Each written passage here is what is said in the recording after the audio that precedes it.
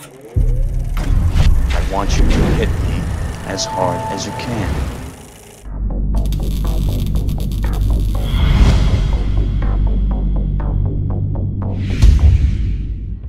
35 years ago, Blade Runner was released to the world and helped shape the cinema landscape for contemporary science fiction.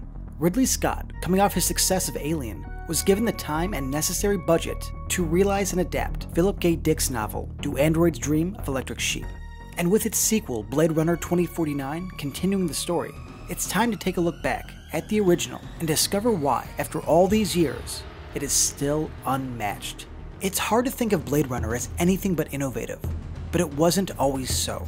With a $28 million budget, Warner Brothers put faith in Ridley Scott, and once he started becoming behind schedule and over budget, things needed to change. The studio then became over-involved, and the treasure trove of different versions was born, all because of the studio's lack of faith. You can actually see a photo of actual notes the studio gave after reviewing.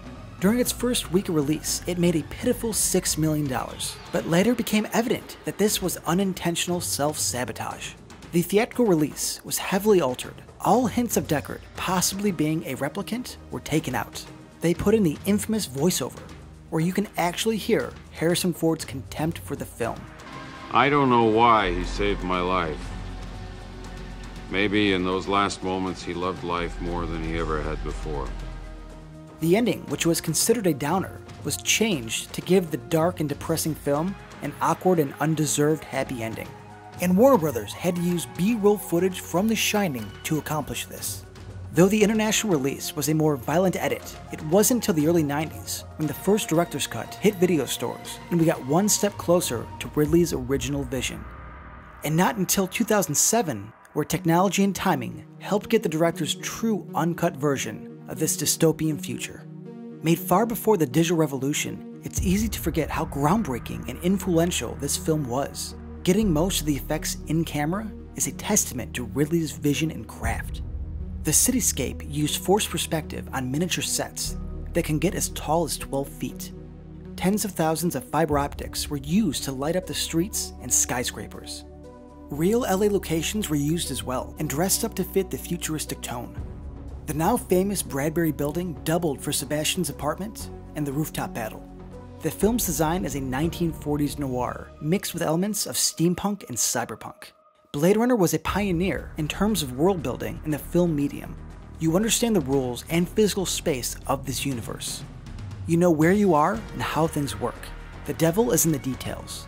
Most fans of Blade Runner are aware of the novel it's based on, but there isn't much of a crossover between fans of the film and the book. Like other well-known classics, Jurassic Park and The Shining, the film only lightly touches on the ideas from the book.